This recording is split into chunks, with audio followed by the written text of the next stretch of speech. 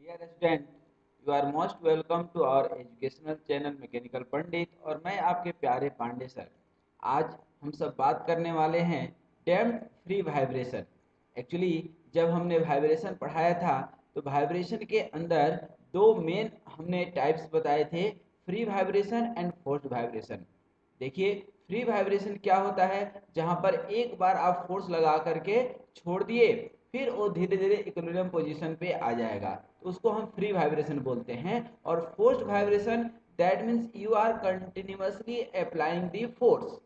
Then after, free vibration को भी हम दो पार्ट में डिवाइड किए थे, अनडैम्प्ड एंड डैम्प्ड।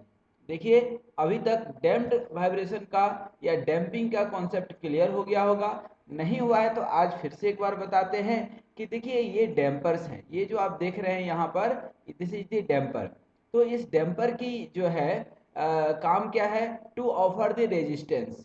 तो आज हम जो है damped free vibration, that means कि एक अनडैम्प्ड भी होगा। अनडैम्प्ड का मतलब है कि जहां पर डैम्पर नहीं है, तो यहाँ देखिए डैम्पर नहीं है, तो ये जो है आपका पूरा अनडैम्प्ड फ्री वाइब्रेशन हो गया, और ये जो है डैम्प्ड फ्री वाइब्रेशन हो गया।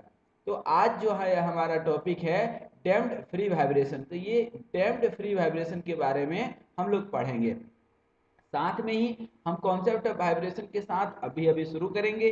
उसमें मशीन वाइब्रेशन, फ्री वाइब्रेशन क्या होता है, डैम्प्ड और अनडैम्प्ड। अनडैम्प्ड चूंकि पढ़ चुके हैं, तो अनडैम्प्ड छोड़ करके डैम्प्ड आज हम लोग शुरू करेंगे। तो चलिए स्टार्ट करते हैं। आप सभी का स्वागत है तहे दिल से हमारे इस मैकेनिकल पंडित चैनल में, और मैं आपके प्यारे पांडे सर।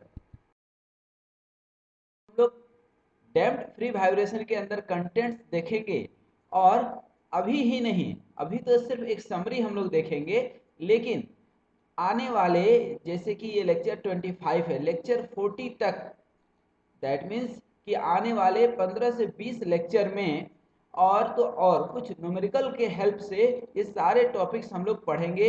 जैसे कि viscous damping, coefficient of damping, damping ratio क्या होता है, अंडर डैम्प्ड वाइब्रेशन क्या होता है, डैम्पिंग रेशियो के ही डिफरेंट वैल्यू निकालेंगे। तो उसके अंदर undamped, over damped, critically damping system, logarithmic decrement, frequency उनकी निकालेंगे।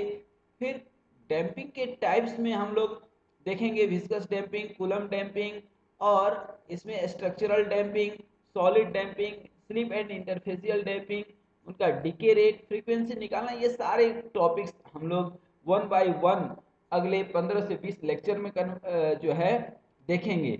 आज इस वीडियो में भी काफ़ी हद तक सबका इंट्रोडक्टरी पार्ट देखने की कोशिश करेंगे। यदि हम वाइब्रेशन की बात करें और फ्री वाइब्रेशन की बात करें, तो सिंपल सा कॉन्सेप्ट हमने समझाया था कि free vibration of any system that occurs in the absence of any external force, that means the source of free vibration are initial displacement of the system from equilibrium or give the initial velocity to the system, that means कि एक बार हमने इसके ऊपर force लगाया और इसको छोड़ दिया, कंटिन्यूअस हम फोर्स का जो है यूज नहीं करते हैं, कोई एक्सटर्नल एक्साइटेशन यूज नहीं करते हैं, एक बार फोर्स लगा और उसको हम फ्री कर दिए, थोड़ी देर के बाद due to elastic property it comes to equilibrium position. Free vibration को हम देखें तो अब आप यहाँ पर कुछ ज़्यादा फील कर पाएंगे।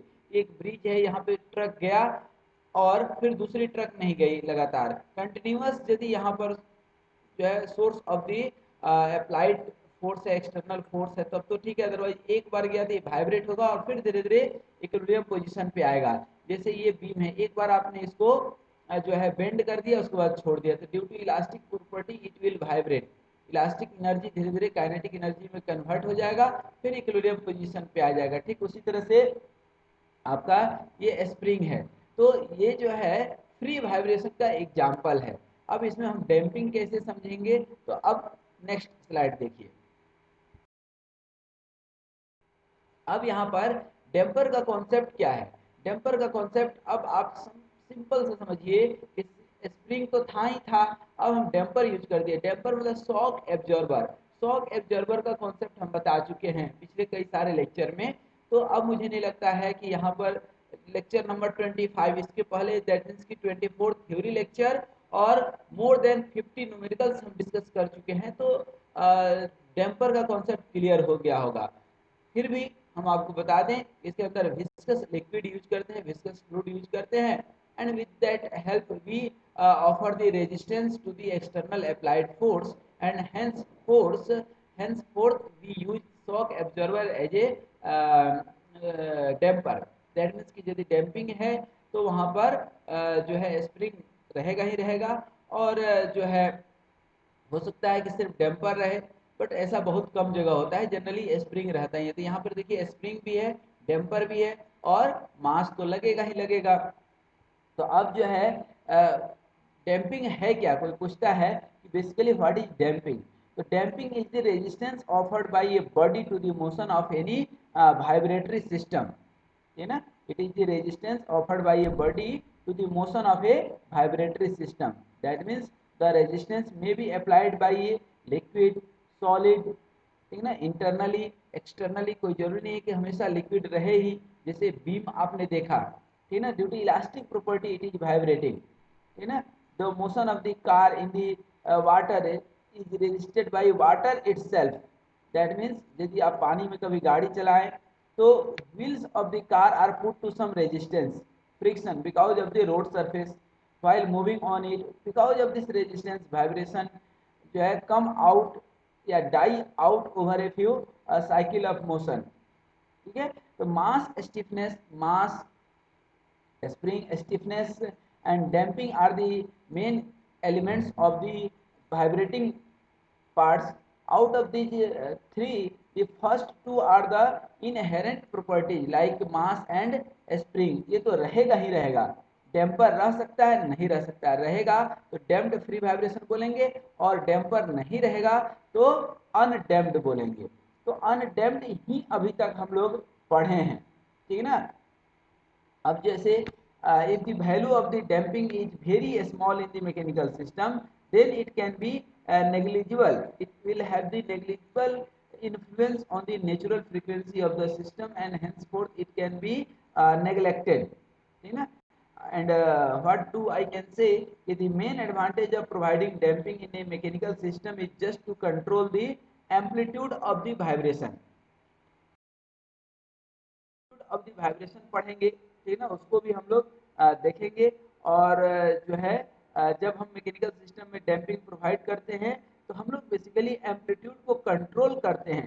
दैट मीन्स कि failure of the component due to resonance avoid करते हैं, ठीक है। तो basically damping is the conversion of mechanical energy of any structure into thermal energy और इलास्टिक एनर्जी और एनीथिंग एल्स। बस बेसिक कॉन्सेप्ट ध्यान रखिए कि थर्मल एनर्जी में कन्वर्ट करने की कोशिश करते हैं, ताकि इन्वायरमेंट में उसको, जैसे आप ब्रेक अप्लाई करते हैं तो brake energy basically kinetic energy is being converted into thermal energy there also, तो that is also a resistance.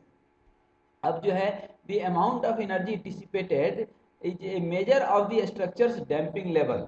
उसकी डैम्पिंग कैपेसिटी को आप मेजर कर रहे हैं। Damping is very important with earthquake, since it dissipates the destructive energy of an earthquake, which will help reduce the damage to the building। तो building को जब earthquake resistance बनाते हैं तो वहां पे डैम्पर का यूज करते हैं, डैम्पिंग का यूज करते हैं। तो वहां पर आप समझते हैं कि डैम्पिंग कितना इंपॉर्टेंट है।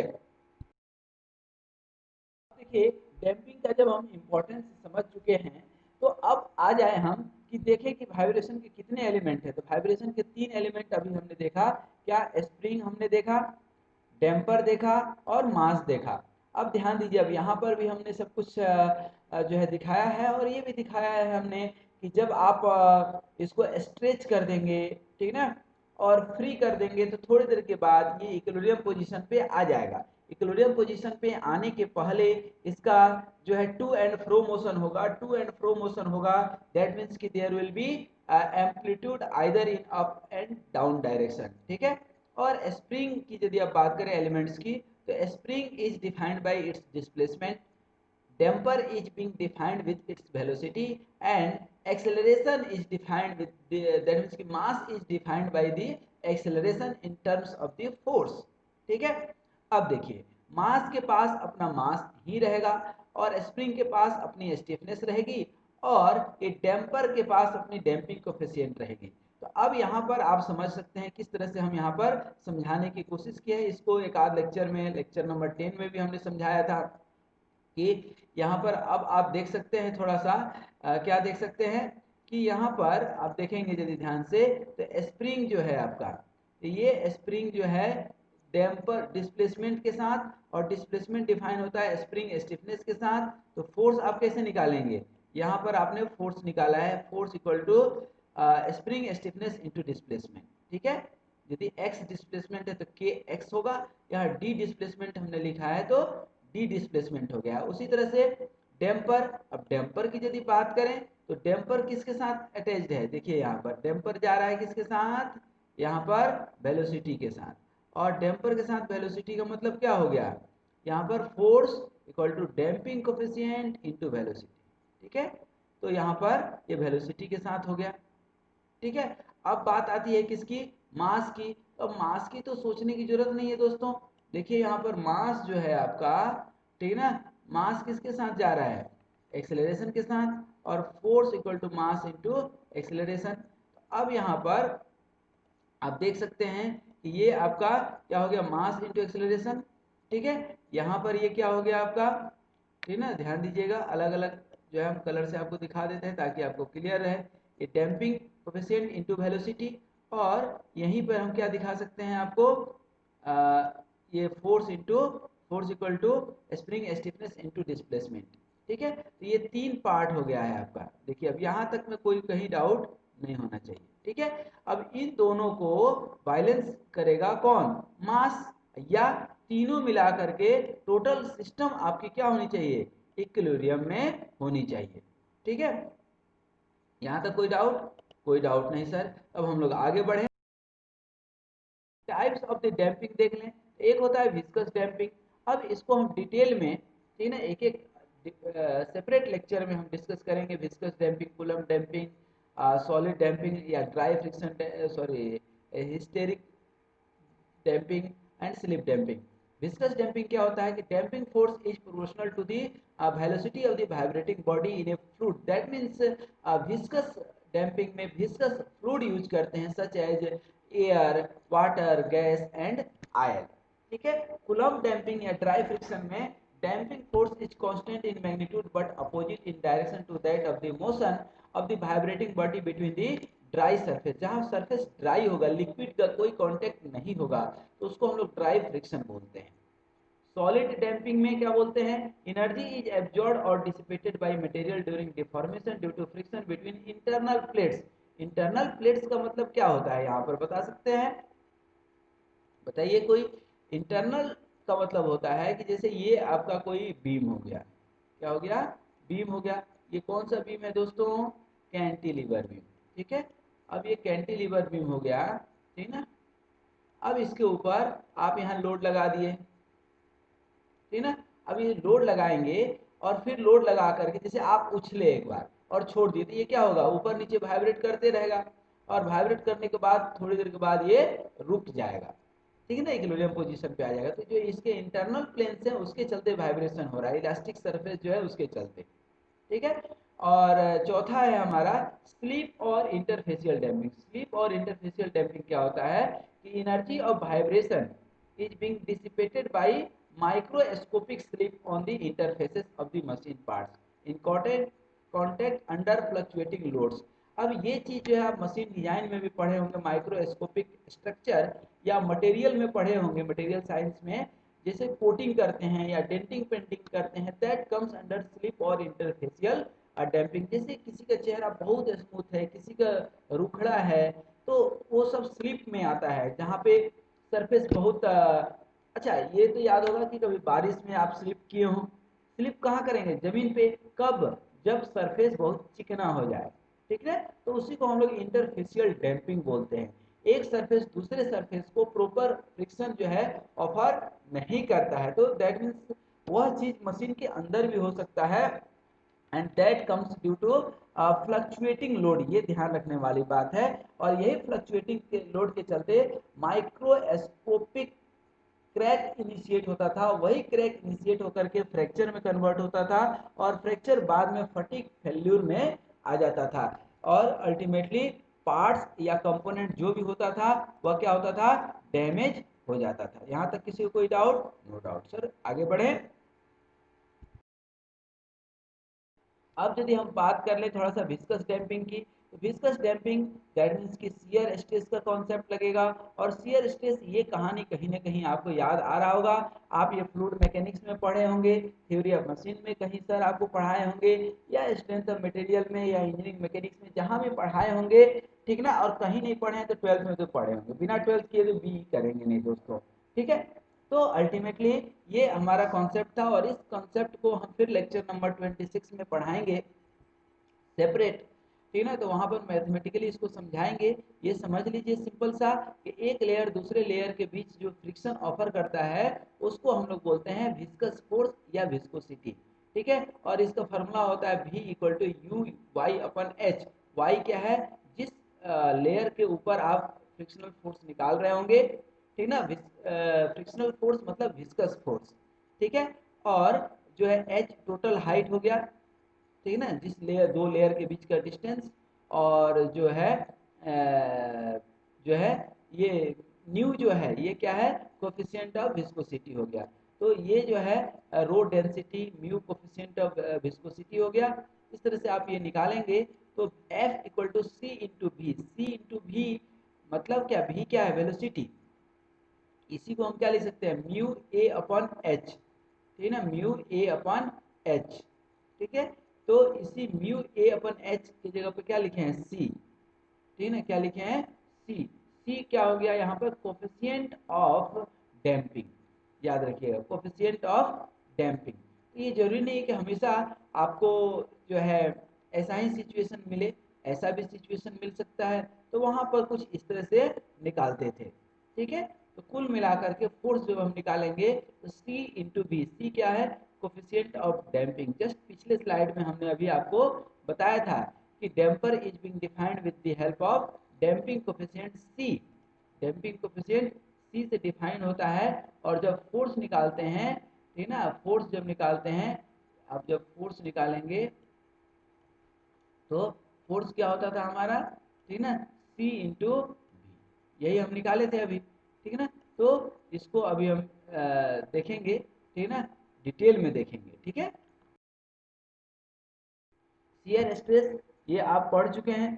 शियर स्ट्रेस यदि आपको याद हो तो क्या होता था, coefficient of viscosity into differentiation of velocity, ठीक है ना, with respect to the position, with not with respect to the time, ध्यान रखिएगा, with respect to the position है कि किस डिस्टेंस पे आप निकालते हैं, दैट इज वेरी इंपॉर्टेंट, ठीक है। V अपन एच, ठीक है।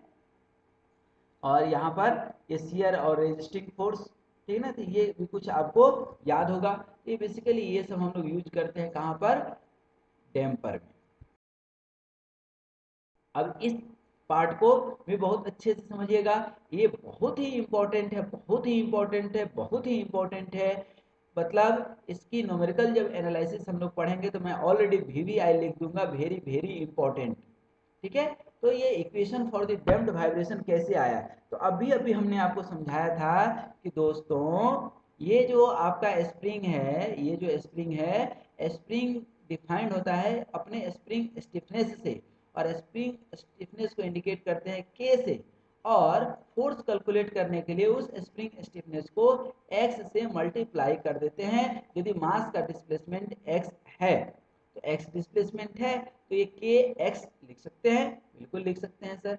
डैम्पर को डिफाइन करते हैं डैम्पिंग कोफिशिएंट c से, और डैम्पिंग कोफिशिएंट को जब वेलोसिटी से मल्टीप्लाई कर देते हैं तो क्या लिखते हैं, सी एक्स डॉट। एक्स डॉट मतलब क्या हो गया, वेलोसिटी। एक्स डॉट मतलब क्या हो गया, वेलोसिटी, ठीक है। और यहाँ पर क्या हो गया, एम एक्स डबल डॉट मतलब force equal to mass into acceleration for the mass. तो mass into acceleration X double dot, X double dot का मतलब क्या हो गया, D square x upon D T square, ठीक है। अब इस मास को, अब ये वर्टिकल पोजीशन में है और ये हॉरिजॉन्टल पोजीशन में है, ध्यान रखिएगा कहीं भी कोई भी कंडीशन हो सकता है, ठीक है ना। एग्जाम में आपको वर्टिकल भी दे सकता है और हॉरिजॉन्टल भी हो सकता है, और रियल कंडीशन में भी जो है ये दोनों हो सकता है।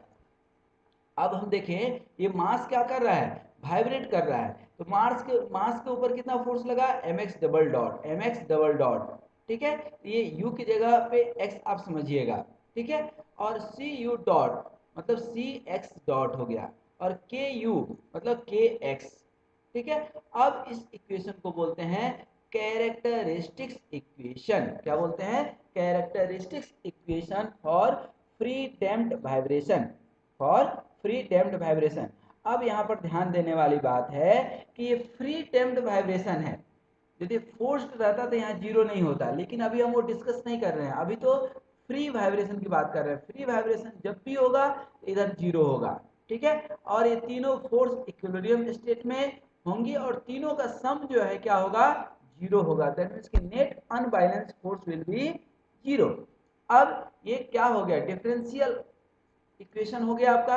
अब इस डिफरेंशियल इक्वेशन को सॉल्व करते हैं, इसके दो रूट निकल करके आते हैं, दो रूट निकल करके जो आते हैं, तो ये रूट निकल करके आते हैं minus epsilon plus minus square root epsilon square minus 1। अब इन चीज़ों को हम डिटेल में डिस्कस करेंगे लेक्चर नंबर 26 में, ये जस्ट हम एक ओवरव्यू आपको दे रहे हैं। उसी तरह से इसमें एक वैल्यू निकल करके आएगी जीटा, और ये जीटा जो है बेसिकली सी अपन 2mWn निकल करके आएगा। 2mWn को हम लोग Cn बोलते हैं, ध्यान रखिएगा, क्या बोलते हैं, Cn, ठीक है। That means critical coefficient of damping, ठीक है, और ये कोफिशिएंट ऑफ डैम्पिंग है, ठीक है। तो basically zeta is called damping ratio, क्या बोलते हैं इसको, डैम्पिंग रेशियो। और ये क्या है, डैम्पिंग कोफिशिएंट, और ये क्या है आपका क्रिटिकल डैम्पिंग कोफिशिएंट, ठीक है। अब ये रेशियो की वैल्यू लेस देन 1 हो सकता है, ग्रेटर देन 1 हो सकता है, इक्वल टू 1 हो सकता है। कब क्या होगा, तो कैसी सिचुएशन बनेगी, आइए अब उसको देख लेते हैं। ध्यान दीजिए, ये इक्वेशन आप डेराइव करेंगे, ठीक है ना। अभी अभी हमने ये इक्वेशन लिखा था, तो मैं आपको समझाया था कि x डॉट मतलब डी एक्स पर डी टी, मतलब ये c इंटू वेलोसिटी, और m into d square x upon D T square equal to m x double dot, m x double dot मतलब एक्सेलरेशन, ठीक है। अब यहाँ x equal to e to the power u t हम assume कर लिए हैं, x dot e u e, ये डिफ्रेंसिएशन हो गया, फिर इसको डबल डिफ्रेंशिएट कर दिए, फिर हम ओरिजिनल जो इक्वेशन यहाँ पर लिखे हैं अभी, ठीक है ना, अभी पहले लिखे थे ना, वहाँ पर रख देंगे M x double dot plus C X dot plus K X dot equal to zero, तो यहाँ पर उसको हम रख देंगे। फिर वैल्यू को जब हम निकालेंगे तो ये कुछ इक्वेशन हमारा निकल करके आएगा। अब यहाँ पे u का दो रूट निकल करके आएगा, ठीक है ना, फिर निकालेंगे तो ये इक्वेशन बन जाएगा। और ये सारे इक्वेशन अभी हम जो है लेक्चर नंबर 26 जस्ट इसके बाद वाला लेक्चर आप देख सकते हैं। इसको ज़्यादा समझने के लिए अभी जस्ट हम एक ओवरव्यू देने की कोशिश कर रहे हैं। लेकिन अब ये जीटा के value less than 1, greater than 1, equal to 1, that means की damping coefficient, sorry damping ratio, damping ratio यदि लेस देन 1 है तो इसको बोलते हैं अंडर डैम्प्ड। अब ये आप कलर का देख सकते हैं, ये कलर फुल करने से ये फायदा हो गया आपको, ठीक ना, इसीलिए हमने इसको कलरफुल किया है, अंडर डैम्प्ड, ठीक है ना। ग्रेटर देन 1 होगा तो ओवर डैम्प्ड, देखिए यहाँ पर क्या हो गया, ओवर डैम्प्ड, ठीक है ना। और क्रिटिकली डैम्प्ड मतलब इक्वल टू 1, जब इक्वल टू 1 होगा तो क्रिटिकली अनडैम्प्ड। तो ये इस तरह का कुछ ग्राफ आता है, ठीक है। इस तरह ग्राफ का मतलब क्या है, ठीक है ना, मतलब ये है कि जो भी आपके वाइब्रेशंस जनरेट हुए कितने टाइम में वह इक्विलिब्रियम पोजीशन पे आ जाएगा, ये इसका सोल मीनिंग है। फिर से आप समझिए थोड़ा सा कि ओवर डैम्प्ड मतलब कि डैम्पिंग रेशियो का वैल्यू क्या है, ग्रेटर देन 1 है, क्रिटिकली डैम्प्ड इक्वल टू 1 है, और ये under damped less than equal to 1 है। तो ओवर डैम्प्ड है तो जल्दी इक्विलिब्रियम में आ जाएगा, क्रिटिकल डैम्प्ड है तो थोड़ा सा उससे कम, मतलब ये 10 सेकेंड में आया तो ये क्रिटिकली डैम्प्ड हुआ तो 10 सेकेंड, ये आपका 12 सेकेंड, और ये 15 सेकेंड इक्विलिब्रियम में आएगा सब। लेकिन कौन कितना जल्दी आ जाता है, जैसे ट्रैक्टर भी जो है ब्रेकर के ऊपर आ गया और कार भी ब्रेकर के ऊपर आ गया, तो दोनों ब्रेकर के ऊपर आए। लेकिन क्या होगा कि कार में आप कंफर्ट फील करेंगे विद इन 10 सेकेंड 20 सेकेंड्स, लेकिन ट्रैक्टर के ऊपर यदि आप बैठे हैं तो you will observe the vibration up to 2 minutes, 3 minutes, 5 minutes, that depends. तो ये है। यदि डैम्पिंग की बात करें यहाँ पर, तो यदि छोटा सा डैम्पिंग है, डैम्पिंग वैल्यू अंडर डैम्प्ड जिसको बोलते हैं, देखिए यहाँ पे एम्पलीट्यूड कितना ज़्यादा जा रहा है। और डैम्पिंग बढ़ाएंगे मीडियम में तो इतना हेवी डैम्पिंग रहेगा तो एम्पलीट्यूड कम होगा, देख सकते हैं।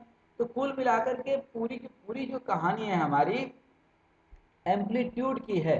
एम्पलीट्यूड ज़्यादा होगा तो वाइब्रेशन ज़्यादा होगा। यहाँ पर देख सकते हैं जो लाइट डैम्पिंग है, ये लाइट डैम्पिंग मतलब अंडर डैम्प, ठीक है ना। ये देखिए अभी वाइब्रेट कर ही रहा है, ठीक है ना। जबकि क्रिटिकल डैम्पिंग तुरंत अपने पोजीशन पे, इक्विलिब्रियम पोजीशन पे आ गया है। और ओवर हेवी डैम्पिंग जिसको बोलते हैं ओवर डैम्प्ड, ये भी थोड़ी देर में आ जाएगा। तो सबसे पहले इक्विलिब्रियम पोजीशन में कौन सा आएगा? Critically damped. उसके बाद कौन आएगा? Over damped. उसके बाद कौन सा आएगा? Under damped. तो जो हम सिस्टम डिजाइन करेंगे, system should be design for the critical damping, ठीक है। It takes zero time, you can say zero time या little time, minimum time to be in equilibrium, ठीक है। तो ये मैं जो समझाना चाह रहा था फिजिकल कॉन्सेप्ट, तो ये फिजिकल कॉन्सेप्ट आप समझ गए होंगे। अब डैम्पिंग के बाद थोड़ा सा देख लें कि अब जो एम्पलीट्यूड जो होगा, एम्पलीट्यूड अचानक से जीरो तो हुआ नहीं। एम्पलीट्यूड क्या हुआ? पहले बहुत ज़्यादा था, तो धीरे धीरे कम होते जाएगा। देखिए कम होते गया कि नहीं? तो ये जो कम होते जाएगा तो ये एम्पलीट्यूड ज़्यादा है और ये एम्पलीट्यूड कम है, देख रहे हैं। ये एम्पलीट्यूड क्या है? आपका ज़्यादा है। इस एम्पलीट्यूड की यदि बात करें, ये एम्पलीट्यूड की वैल्यू और ये एम्पलीट्यूड की वैल्यू, ठीक है ना, ये दोनों निकाल सकते हैं। इन दोनों की जो रेशियो होगी, ratio of two successive amplitude is called logarithmic decrement. Decrease हो रहा है कि नहीं? समय के साथ डिक्रीज होते जाएगा। कोई भी दो सक्सेसिव पकड़ लीजिए, ये और दिस, मान लीजिए कि A3 है, A3 divided by A4 is called logarithmic decrement, ठीक है। और इसको इंडिकेट करते हैं किससे? डेल्टा से, ठीक है ना। इंडिकेट करते हैं किससे? डेल्टा से। अब ये जब हम लोग पढ़ेंगे तब देखेंगे, बट इसका ओवरऑल फार्मूला याद रखिएगा क्या है? 2 pi zeta upon square root 1 minus zeta square. Zeta मतलब डैम्पिंग रेशियो, ठीक है। तो ये सब इसका फिगर है, ग्राफ है, कुछ समझाने के लिए। किसी भी बीम के अंदर, शाफ्ट के अंदर जब वाइब्रेशन होता है तो अल्टीमेटली थोड़ी देर में वह इक्विलिब्रियम पोजीशन पे तो आएगा ही आएगा, ठीक है। इक्विलिब्रियम पोजीशन पे आएगा, बट कितने देर में आएगा, दैट इज वेरी इंपॉर्टेंट, ठीक है। उसके बाद ध्यान दीजिए एक coulomb and dry friction damping. Coulomb and dry friction damping, ये अभी तक जो हम लोग पढ़ रहे थे क्या था? विस्कस डैम्पिंग का कॉन्सेप्ट। अब थोड़ा सा कूलम या ड्राई फ्रिक्शन डैम्पिंग। अब इसमें बहुत ज़्यादा अभी हम नहीं समझाएंगे, सिंपल सा ये समझ जाइए कि it is a mechanical damping in which energy is absorbed with the help of sliding friction. The friction generated by the relative motion of the two surfaces that press against each other is a source of energy of the dissipation. Energy dissipation का source क्या है? Friction है। और friction जहाँ पे होगा, आप कभी दो हथेली को रगड़ करके देख लीजिए दोस्तों। जब दोनों हथेली को रगड़ेंगे तो देखेंगे थोड़ा सा गर्म हो जाता है, ठीक है। तो वही तो कूलम्ब डैम्पिंग है, वही ड्राई फ्रिक्शन डैम्पिंग है, और कुछ नहीं है। कूलम्ब साहब शायद कभी अपनी हथेली रगड़ रहे होंगे और उसी दौरान उनको फीलिंग आई होगी किसकी? ड्राई फ्रिक्शन डैम्पिंग की। ये ड्राई फ्रिक्शन डैम्पिंग का कॉन्सेप्ट है।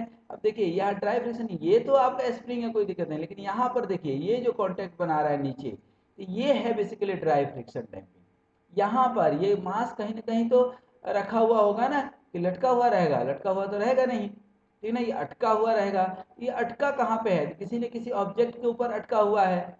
जब ऑब्जेक्ट के ऊपर जब अटका हुआ है तो यहाँ पर क्या लगेगा? यहाँ पे आप पढ़ चुके होंगे बचपन में, क्या पढ़े हैं, ठीक है ना, इसका अपना मास तो लगेगा mg, लगेगा कि नहीं? तो ये ऊपर क्या लगेगा? रिएक्शन फोर्स, रिएक्टिव फोर्स, ठीक है ना। ये भी ऊपर की ओर क्या लगेगा? रिएक्शन फोर्स, रिएक्टिव फोर्स लगेगा। अब दोस्तों ये रिएक्टिव फोर्स कितना होता था, ठीक ना, ये रिएक्टिव फोर्स म्यू आर, ये आर एन निकालते थे, ये म्यू आया था कि नहीं, म्यू आर एन, इधर ये वाला फ्रिक्शनल फोर्स, इस डायरेक्शन में क्या लगेगा फ्रिक्शनल फोर्स, ठीक है ना, ये यदि आर एन है ये म्यू आर एन निकालते थे, यही है mu r n, mu n जो हम निकालते हैं, ठीक है। तो एम एक्स डबल डॉट इसके लिए मास के लिए, ठीक है ना, और ये mu n dry Coulomb damping के लिए, और के एक्स स्प्रिंग के लिए, एम मास के लिए, ठीक है।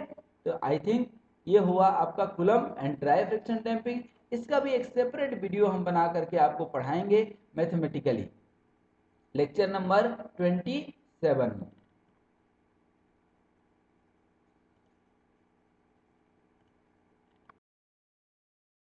उसके बाद सॉलिड डैम्पिंग की बात करें तो अभी अभी हमने आपको बताया था कि ये तो ड्राई फ्रिक्शन की डैम्पिंग है, लेकिन जब सॉलिड या स्ट्रक्चरल डैम्पिंग की बात करेंगे, ट्रस की आप बात करेंगे, ठीक ना, तो ट्रस में स्ट्रेस डेवलप होगा। आप कहीं ब्रिज पे जाते होंगे जो पूरे लोहे के बने हैं, ठीक ना, तो वहां पर जो स्ट्रेस के चलते जो स्ट्रेस डेवलप होगा, ठीक ना, रेसिडुअल स्ट्रेस जिसको बोलेंगे, ठीक ना, तो that will act as damper. The damping basically lower the amplitude during vibration of the structure with viscous damping, and the damping force is proportional to the speed. The solid damping or hysteretic damping is caused by internal friction when a solid is deformed. Solid deformed तो होता है, but due to with the, or you can say with the help of elastic phenomena it regains its original shape. इसके अलावा बड़े बड़े bridge में हम लोग इस तरह का जो है सॉलिड डैम्पिंग, स्ट्रक्चरल डैम्पिंग बनाते हैं, इसलिए ताकि अचानक से, जैसे कोई ब्रिज है मान लीजिए, पूरा स्ट्रक्चरल ब्रिज है, स्ट्रक्चरल ब्रिज मतलब लोहे का बना हुआ है, ठीक है ना, और अचानक से ट्रेन जाती है तो वाइब्रेशन तो क्रिएट होगा दोस्तों।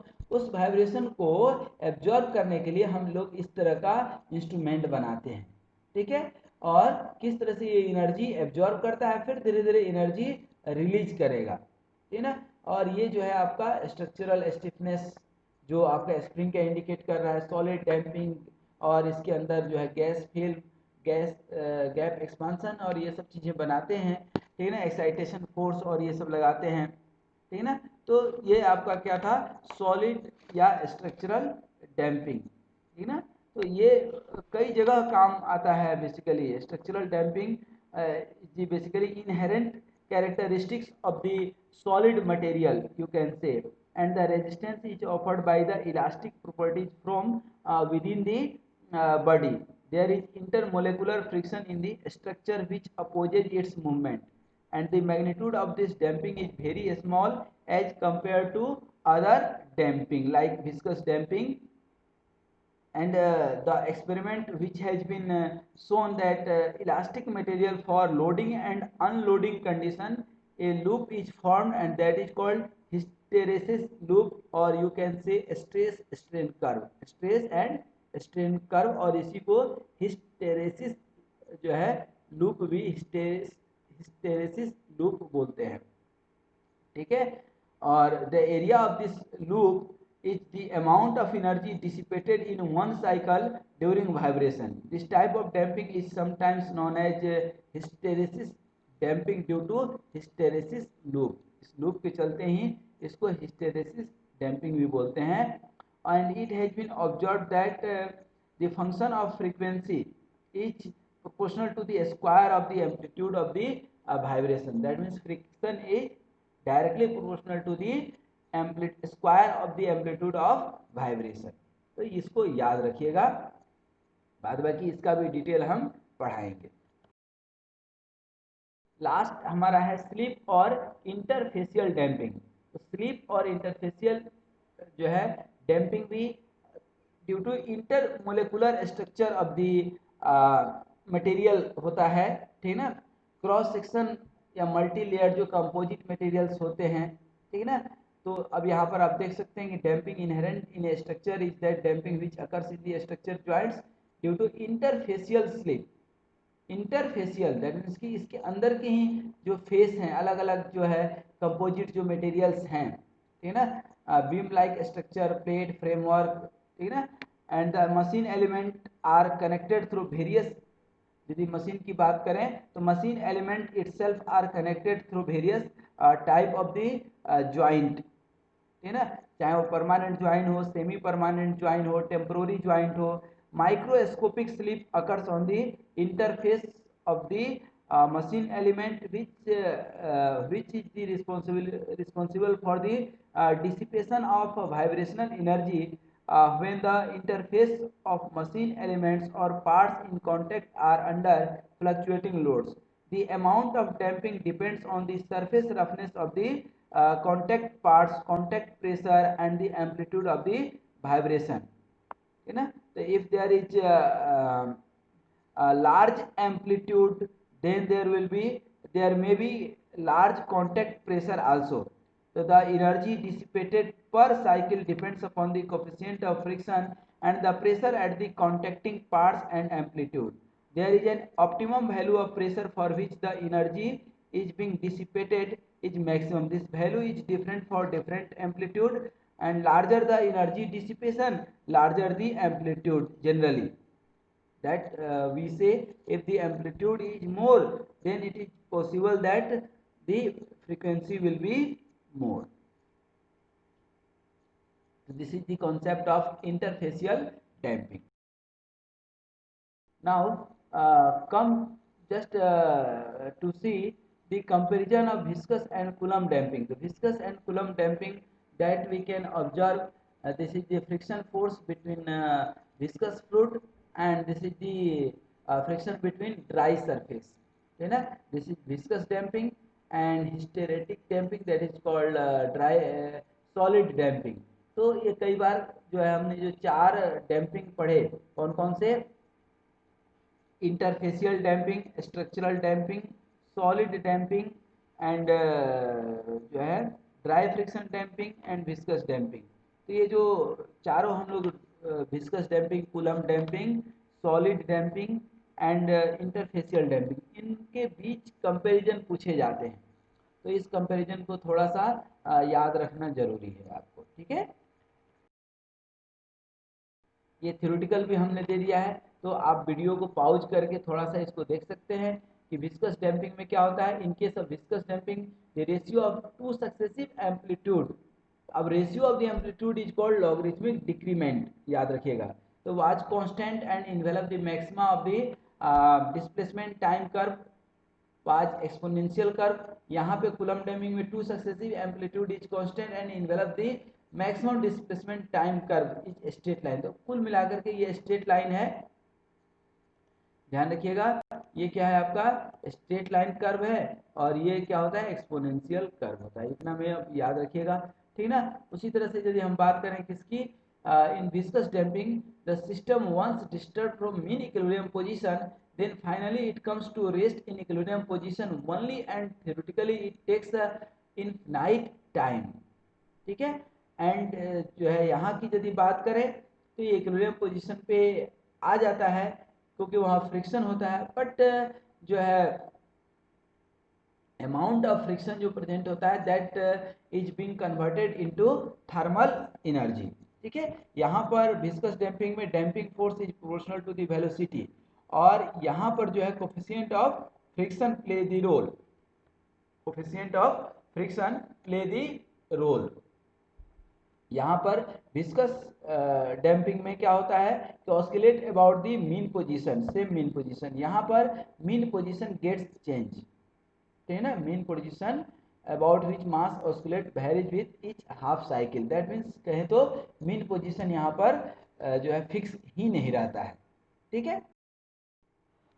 ये अब लास्ट स्लाइड हमारा है कि जो है थोड़ा सा फिर से हमने कंपेयर किया है कि किस तरह से हाई डैम्पिंग, लो डैम्पिंग काम करता है, और जो है विस्कस डैम्पिंग, हिस्टेरिक डैम्पिंग। तो आज जो है हम लोगों ने अपने लेक्चर्स में जो पढ़े, ठीक है ना, उसमें बेसिकली डैम्प्ड फ्री वाइब्रेशन, और डैम्प्ड फ्री वाइब्रेशन में हमने इक्वेशंस भी आपको समझाए।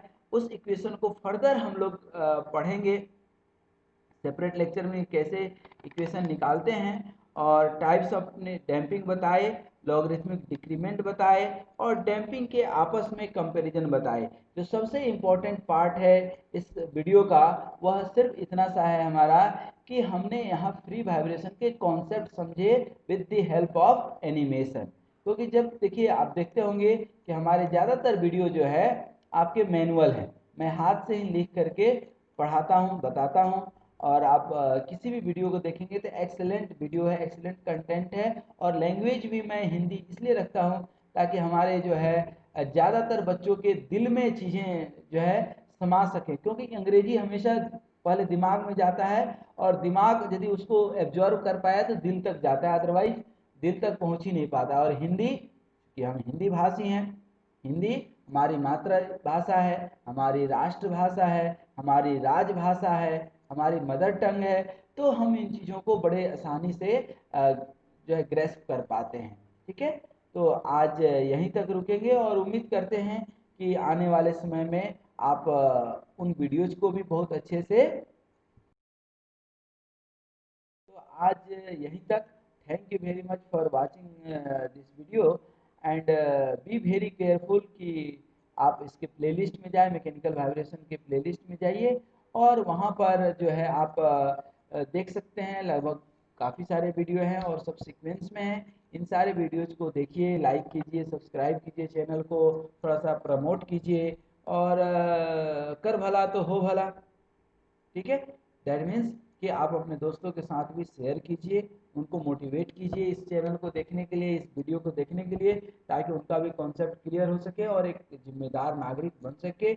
इन्हीं शुभकामनाओं के साथ आप स्वस्थ रहिए, मस्त रहिए, मुस्कुराते रहिए। Thank you very much.